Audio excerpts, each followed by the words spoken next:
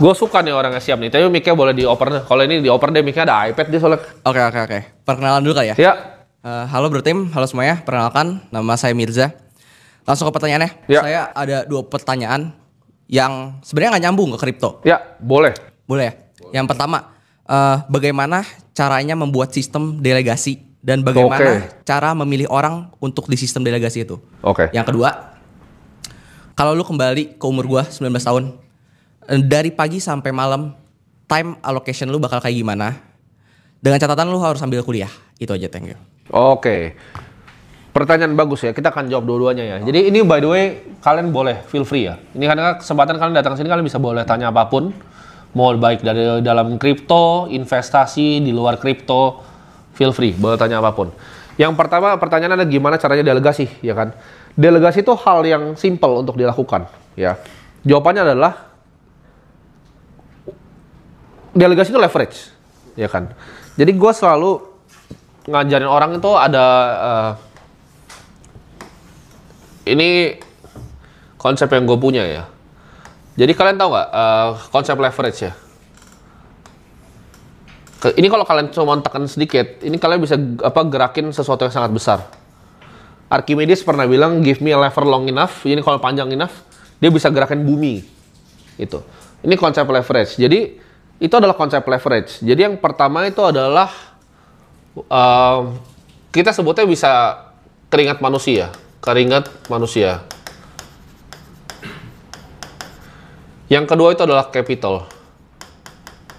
Nah, yang paling baru ini kita sebutnya code. Gitu. Nah, keringat manusia ini yang tadi disebut dengan delegasi. Atau ini bisa disebutnya, kita bilangnya human capital aja lah biar gampang ya. Human capital, bahasa Inggris. Human capital, capital sama code. Ini adalah leverage. Kenapa? Dengan lu punya keringat manusia yang lain, lu bisa bebasin waktu lu. Karena kita manusia ke-constraint sama apa? Waktu. Ya.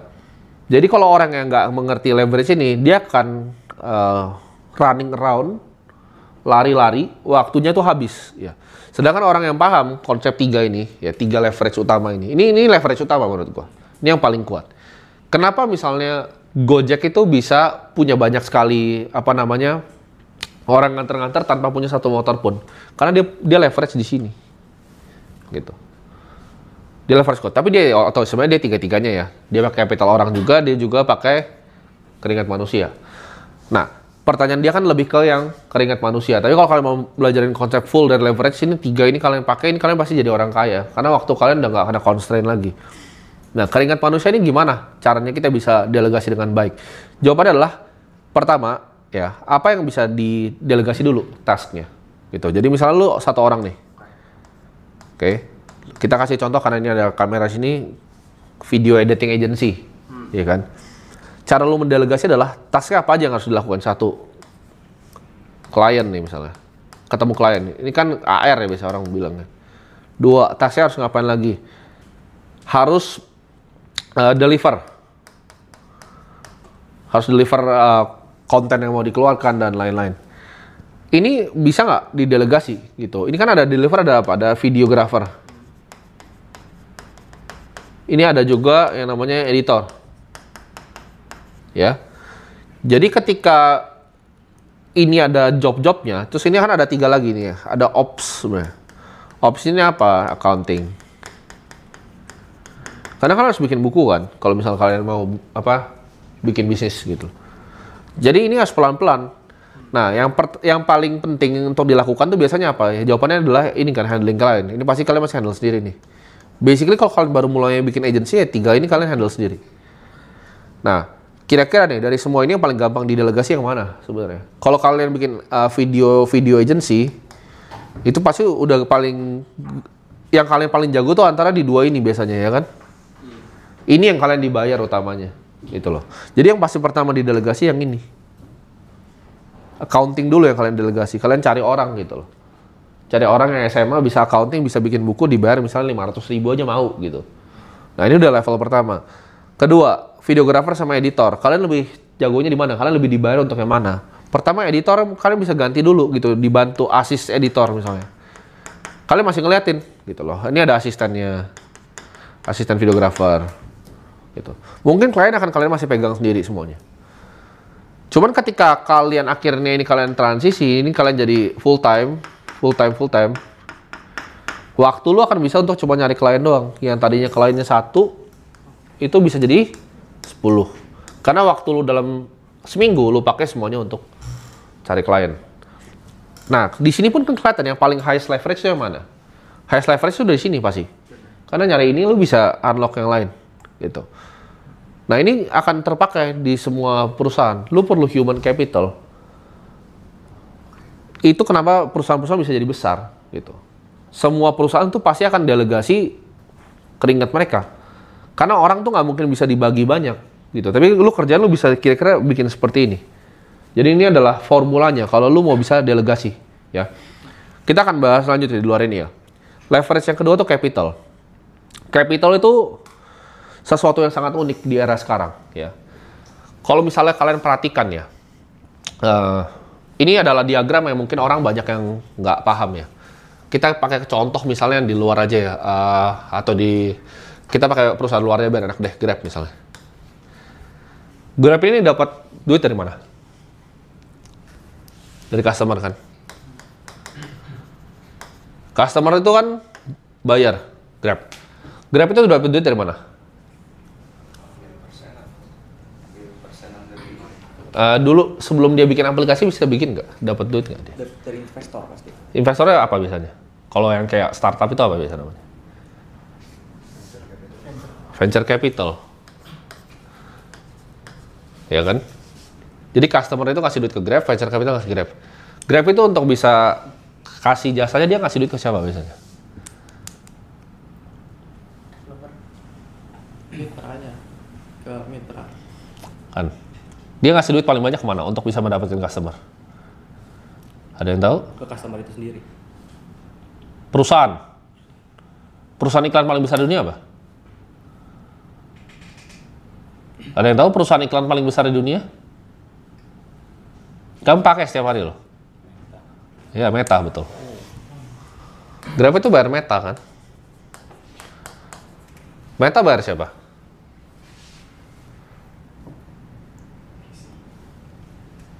Bayar siapa Meta? Visi lagi ya. Ultimate beneficiary dari Meta bukan visi. Siapa sekarang?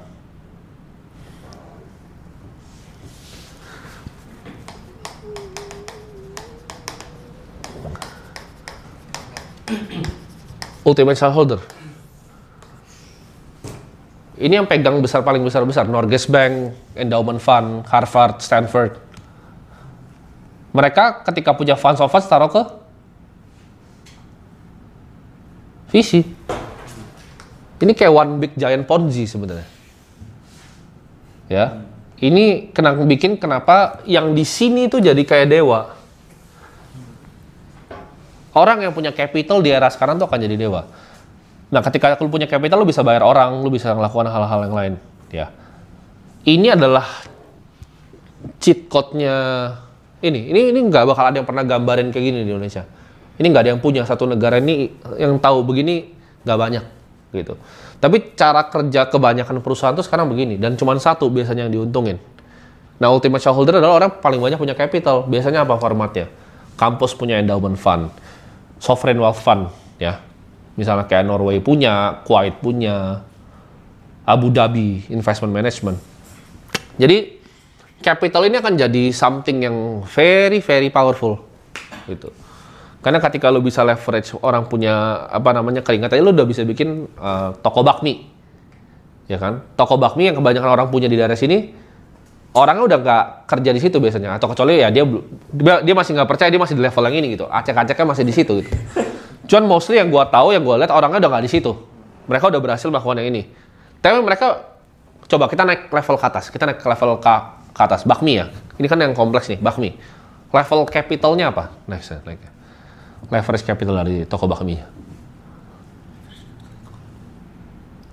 Ini akan berguna loh dalam kalian journey investasi. Karena ini, kalian mungkin ada yang ngira pertanyaan dia nggak nyambung. Ini sangat nyambung. Kenapa? Karena ini cara lu mikir sebuah bisnis. Gitu loh. Ayo. Naik capital apa? Ada yang bisa jawab? Buka cabang. Pinter. Buka cabang, tapi yang lebih efisien lagi dari buka cabang apa? Di tiap cabangnya ada. Franchise.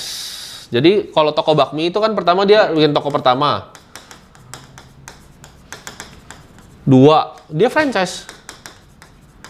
Dia pakai capital orang. Ya. Kalau dia mau tambah code, ada yang tahu dia apain?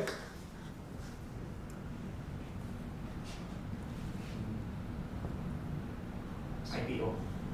Ya, bukan. Code itu apa namanya? Lu bisa bikin sistem ya, pakai IT.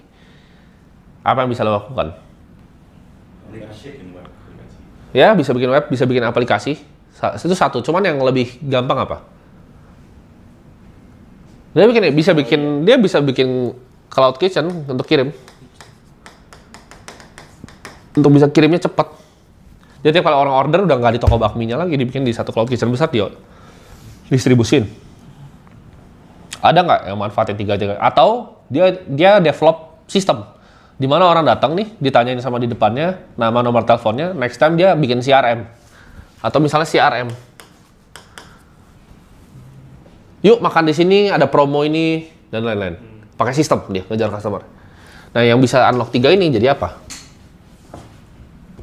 Jadi bakmi besar biasanya. Atau ordernya udah dari iPad. Nah restoran yang nyampe 3 ini ya namanya Haitilau. Kalian silahkan cek valuasi berapa. Semuanya all by system dia. Kalian nggak akan ketemu Haitilau itu berbeda karena sistemnya sangat canggih gitu loh. Mereka cuma taruh kuah, daging lu masak sendiri situ. Itu semua pasti jadi standar gitu. Nah jadi kalau lu mau lihat yang paling besar-besar di dunia itu mereka punya 3 ini. Lu bisa unlock ini, lu bisa bikin bisnis yang luar biasa besar gitu. Ya ini juga, in a way Grab juga manfaatin semuanya gitu loh.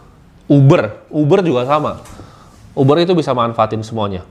Jadi antara orang punya keringat, lu bisa manfaatin capital, lu harus bisa manfaatin codingan. Capital itu lu ketika lu bisa manfaatin, capital tuh leverage-nya unlimited. Ya.